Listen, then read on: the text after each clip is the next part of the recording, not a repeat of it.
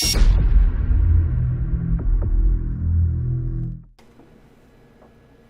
ladies and gentlemen, MarauderEX here with a kind of pre-review discussion, thoughts, first impressions, some video like this, whatever you want to title it. I have no idea what I'm going to title it. But I just got finished playing the demo for Shining Resonance Refrain. And since I am a huge fan of the Shining series, and that is what most of my channel seems to be about, and what a lot of my viewers really enjoy, I figured it would be a good moment for me to talk about the game and the things I liked, things that I disliked, you know, get my thoughts out there on it. It is just a demo, but I still feel that demos are designed to inspire you to want to buy a game. Does this live up to it? Let's talk about it and find out. So, I just finished playing it. I downloaded on the Switch. I was playing the Switch version. I don't know if there are any major differences between any of the platforms. So I can't say that the PS4 version runs a little bit smoother or the Steam version runs a higher resolution. I don't know. I haven't tried. I know there is not, as of me recording this, there was not a Steam demo available. But since I typically play things on the Switch these days anyway, that was what I aimed for because I can play it on the go. Because that's me. But it is available on multiple platforms, so it's not exclusive to one or the other. So check it out, see if there's a demo available for your platform of choice, and give it a try. Things that it's like, to get to the meat of it, I have to say I'm surprised and disappointed at the same time. I was expecting a little better, but I was also expecting a lot worse. And really, I went into it expecting a lot worse. From what little I'd seen of gameplay up until now, the game didn't really seem like it meshed well with my style of games, but it kind of does. I'm throwing a lot of and yeah. So, gameplay is action RPG oriented. If you've played a Tales game, this will be right in line with that. It's very similar. You have two different types of main attack. You've got standard attack and a break attack, and then you've got force and magic attacks that are special attacks, basically. The regular and break attacks will deplete an AP gauge that each character has, and then once you're out, you have to wait for it to recharge. Special attacks, the force and magic attacks, use MP, so they don't actually eat the AP gauge, but they typically have a charge or cast time available. So it's typically good to use them as a combo system. And that's where a lot of the Tales gameplay kind of lends itself to it of, oh, well, it's good for combos, you want to rack up more hits, more damage, but you also want to be cognizant of what your resources are, either AP or MP. AP builds up over time. MP seems to build up with normal attacks. I didn't use a lot of the MP-based abilities, so I didn't quite get a feel for that. But movement is constant. You want to be moving around, you want to be avoiding attacks, you want to be positioning yourself to maximize combat, very much like a Tales game. So if you've played Tales of Symphonia or anything like that, then this would be pretty easy to jump into. The only difference is instead of going into a random encounter on a separate battlefield, you fight in the area in which you were in. So if you are in a dungeon, you jump into a fight, and you are still in that dungeon, so you have to use that dungeon's terrain to your advantage or disadvantage, depending on where you're at. So it's interesting.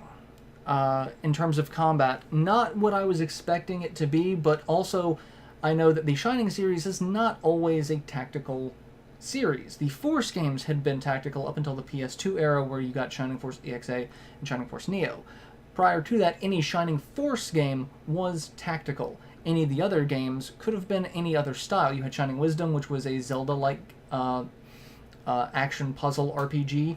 You had Shining in the Darkness and Shining the Holy Ark, which were dungeon crawlers. You had Shining Soul, which was a Diablo-like game. So there were a lot of different styles of gameplay. So there are a lot of Shining fans that are like, this isn't Shining Force, and it's not. It's not. It is different different's not necessarily bad, but it's also not necessarily good. But being that this is the first Shining game to get released in a long time in North America, I had to give it a shot. So,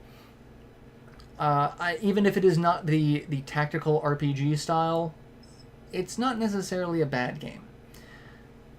Not great, but let's talk a little bit more. It's all very music based. The soundtrack, from what I was able to hear, was good, but I was kind of hoping for a little bit more. The demo itself is very short, so there are only a couple of musical selections. I was kind of hoping for something a little bit more varied, but from what I heard, I liked, but there also wasn't anything that kind of resonated with me, which is ironic given the title, Shining Resonance.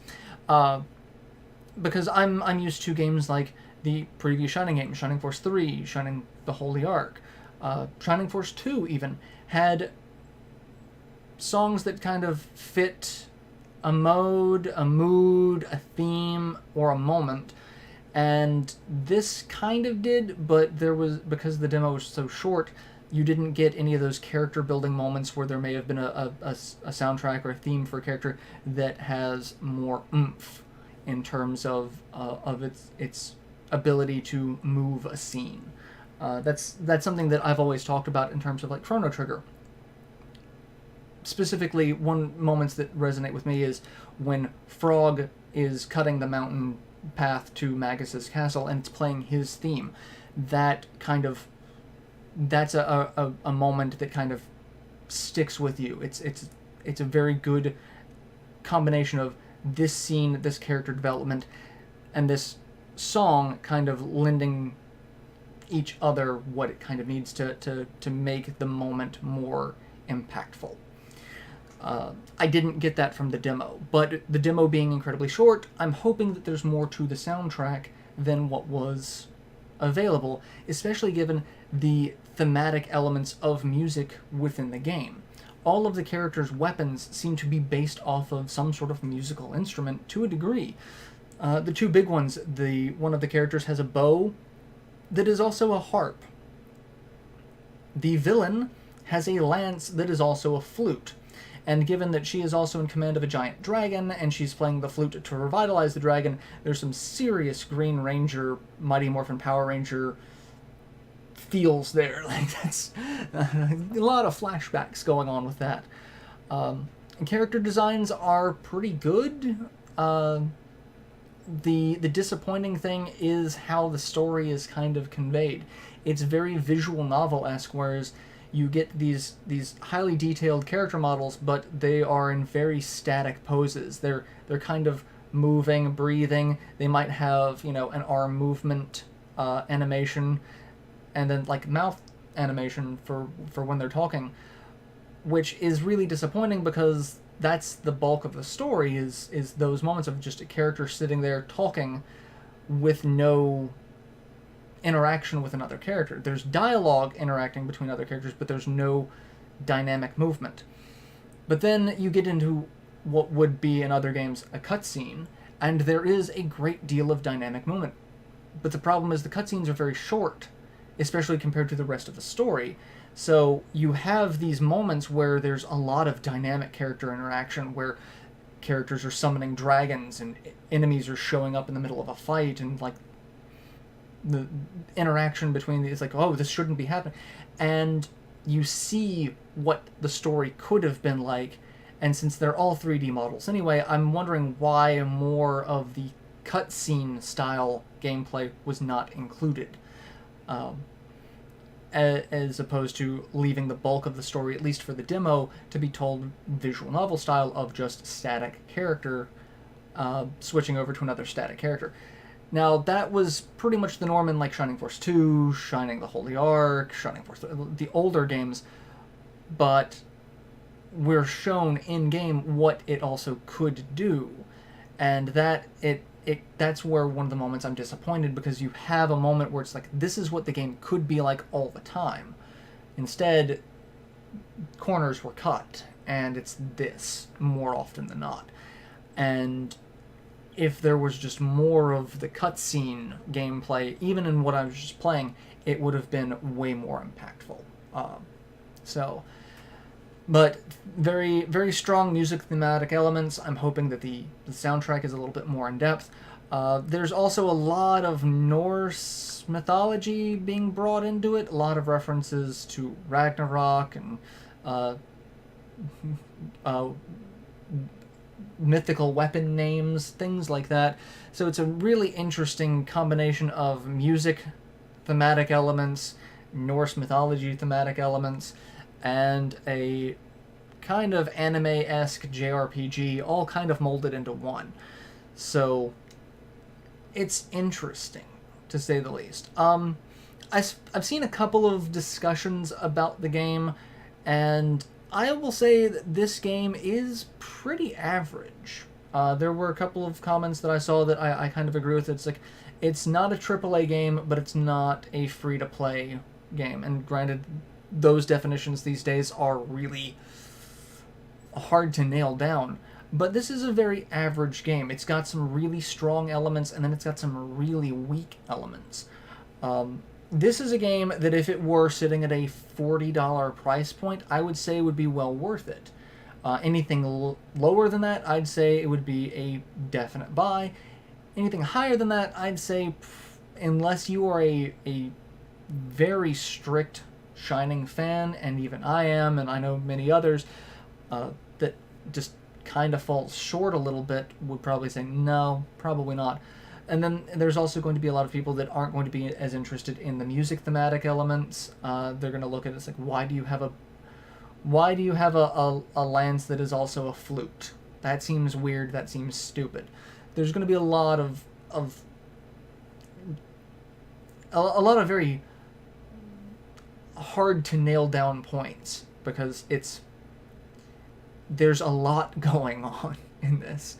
So there are going to be people that really dislike certain elements of it, certain aspects of it, and then there's going to be parts that are really enjoyable. And that's kind of the thing. It's like, it's really middle of the road, because it's got a lot of really good things, a lot of bad things, and a lot of things that it's like, if it were improved upon a little bit more, this would be a great game.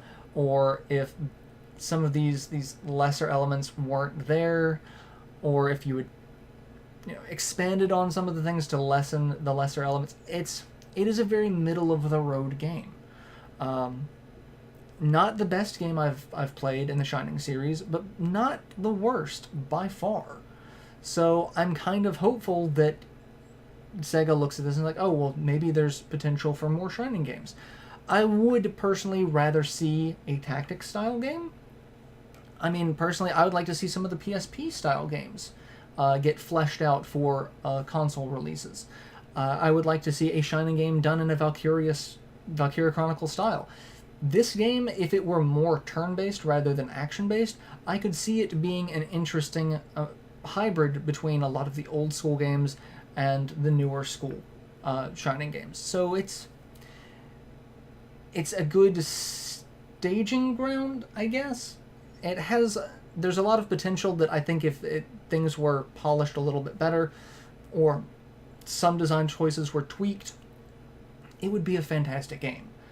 Right now, it's very, very average to me. And average isn't necessarily bad, but it's not necessarily good either.